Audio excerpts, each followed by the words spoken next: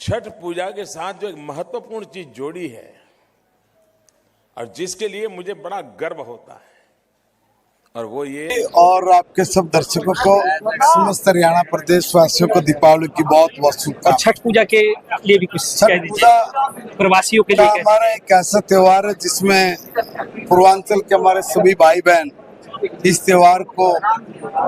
मंत्री जी नमस्कार। हाँ नमस्कार, दिवाली की हार्दिक शुभकामनाएं आपको भी और आपके सब दर्शकों को समस्त हरियाणा प्रदेश वासियों को दीपावली की बहुत बहुत शुभकामनाएं। छठ पूजा के लिए भी कुछ कह छठ दीजिए पूजा प्रवासियों के लिए हमारा एक ऐसा त्योहार है जिसमें पूर्वांचल के हमारे सभी भाई बहन इस त्योहार को सूर्य देव की आराधना करके बहुत धूमधाम से मनाते हैं। एक थोड़ा प्रशासन से भी गुहार कर दीजिएगा कि जो कि प्रवासी हैं। प्रशासन से गुहार की बात नहीं, आदेश की बात है आदेश है कि जो कि इन प्रवासी लोगों को किसी भी तरह की कोई समस्या ना आए, इसके संपूर्ण बंदोबस्त करने का निर्देश आज तो कल मैं जारी कर दूंगा।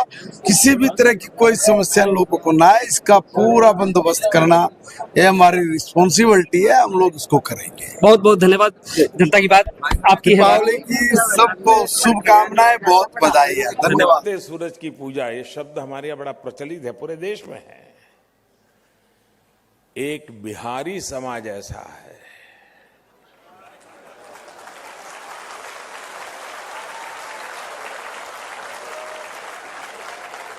जो सूरज के हर रूप की पूजा करता है।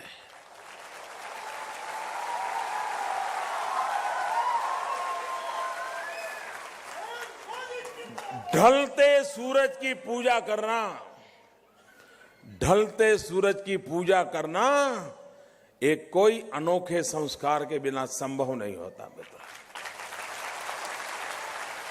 उगते सूरज पूजा तो सब करते हैं, सूरज के हर रूप की पूजा करना छठ पूजा एक व्यक्तिगत श्रद्धा का, भक्ति का, उमंग का उत्सव तो है ही है, लेकिन हमारे पूर्वजों ने छठ पूजा के साथ जो एक महत्वपूर्ण चीज जोड़ी है और जिसके लिए मुझे बड़ा गर्व होता है और वो ये इतना सफाई का आग्रह रहता है, चारों तरफ एक माहौल होता है, स्वच्छता का अभियान होता है। ये अपने आप में बहुत बड़े संस्कार है। ये देश विशेषताओं से, विविधताओं से भरा हुआ है और हमें उन विविधताओं का आदर करना होगा, उन विविधताओं का सम्मान करना होगा, उन विविधताओं में एकता के सूत्र को खोजते रहना होगा, उसको पुष्ट करते रहना पड़ेगा।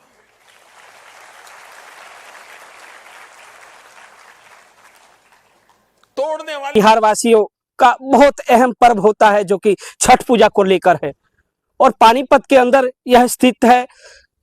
बाबरपुर डैम 1 और 2 जैसे कि हम लेके चलेंगे यहाँ के जो संचालक हैं और संचालित करते हैं छठ पूजा को, हम उन शख्स से मिलाएंगे जो कि बिहार के लोगों को यह पर्व करवाने के लिए यह व्यवस्था करते हैं। सर नमस्कार, जनता की बात में आपका स्वागत है। सर नमस्कार जी, नमस्कार सर, एक बार परिचय दीजिएगा अपना। मैं गणेश चौधरी, बिहार निवासी, सहरसा डिस्ट्रिक्ट, गांव बीना, और काफ़ी साल से ये पानीपत में रह रहा हूँ। और हमारी टीम ने बहुत सहयोग किया। जो एक छोटा सा घाट यहाँ मैंने शुरू किया था, बहुत छोटा सा, जो दिखाएंगे आप सामने है, अभी तक चिन्ह है उसका, जो हमने वहाँ से शुरू किया था। लेकिन आज सूर्य भगवान की कृपा, छठ मैया की कृपा से जो आज हम दोनों साइड डे नंबर 2 और डे नंबर 1 भी हम जो कवर कर चुके हैं। फिर भी पब्लिक का जो है यहाँ पर बहुत भारी भीड़ होती है, कोई तरह की दिक्कत नहीं होता है। हम प्रशासन सब कुछ हमारे पास जो है रहते हैं। और खास करके मंत्री जी जो पहले विधायक थे और छठ मैया की कृपा से मंत्री बने हैं सर, तो उनका भी बहुत बड़ा दया दृष्टि रहता हमारे ऊपर, इस छठ के ऊपर, क्योंकि उनके लगते हुए एलडीको में उनका घर है और हम बाबरपुर जो है जीटी रोड के सामने में है, तो उनका ज़्यादा ही कृपा हमारे ऊपर रहता है और बहुत बढ़िया वो साथ देते हैं। कहीं ना कहीं पूर्वांचल वासियों का भी सहयोग रहा है हरियाणा के अंदर, बिल्कुल। और मंत्री जी के ऊपर भी सहयोग रहा है। मंत्री जी का तो सहयोग होता ही है शुरू से है, लेकिन पूर्वांचल भी सहयोग कर रहे हैं। बिना सहयोग से हम कहाँ कुछ कर सकते हैं। पूर्वांचल का बहुत सहयोग है, किसी का तन है, किसी का मन है, किसी का धन है, सहयोग करते हैं साहब पूर्वांचल सहयोग भी। करते हैं जी। तो अब की बार को छठ पूजा को लेकर क्या कहेंगे? जो हमारे पूर्वांचल, आपके पूर्वांचल वासी हैं, जी। उनको क्या कहेंगे आप? मैं योगदान के लिए कहेंगे या पूर्वांचल सहयोग वासी के लिए से कहेंगे? पूर्वांचल वासी से हम यही निवेदन करेंगे, जो हर साल के भांति जो हम बढ़ाते जाते हैं, हर साल हमारा प्रोग्राम फैलते जा रहा, ज़्यादा ही से ज़्यादा होता है। इस बार भी उसी तरह भव्य प्रोग्राम है और आपने जो सहयोग किया है और आगे सहयोग करते रहेंगे आप। इस तरह हम जो है आपका पूर्वांचल का नाम हो रहा है, पर्सनल किसी का नाम नहीं होता है। जी, तो छठ पूजा बहुत भव्य है और एक पटना के मतलब स्थिति, जो पटना में हम कई साल 20 साल पहले हम देखते थे, वो पटना जो है सेकंड पटना जो है पानीपत बनने जा रहा है साहब। सेकंड पटना पानीपत बनने जा रहा है। हाँ। कहीं ना कहीं पूर्वांचल वासियों के द्वारा। जी जी जी जी, पूर्वांचल की ही सहयोग है ये। पूर्वांचल क्योंकि टीम भी पूर्वांचल है। जी जी। बाकी यहाँ का भी जनता का, यहाँ जो हरियाणा वासी का भी बहुत बड़ा सहयोग होता है। कहीं ना कहीं प्रवासी अपने घर नहीं जा पाते हैं तो वह यहाँ पर यह पर्व को करते हैं, क्या ऐसा है? ऐसा ऐसा है। हमने तो खाना पीना, रात सोने का व्यवस्था भी उनको दे दी, जो दूर दराज से आता है श्रद्धालु छठ पर्व करने के लिए, तो उनके लिए यहाँ हमें खाना पीना और रहने का व्यवस्था फुल देते हैं सर।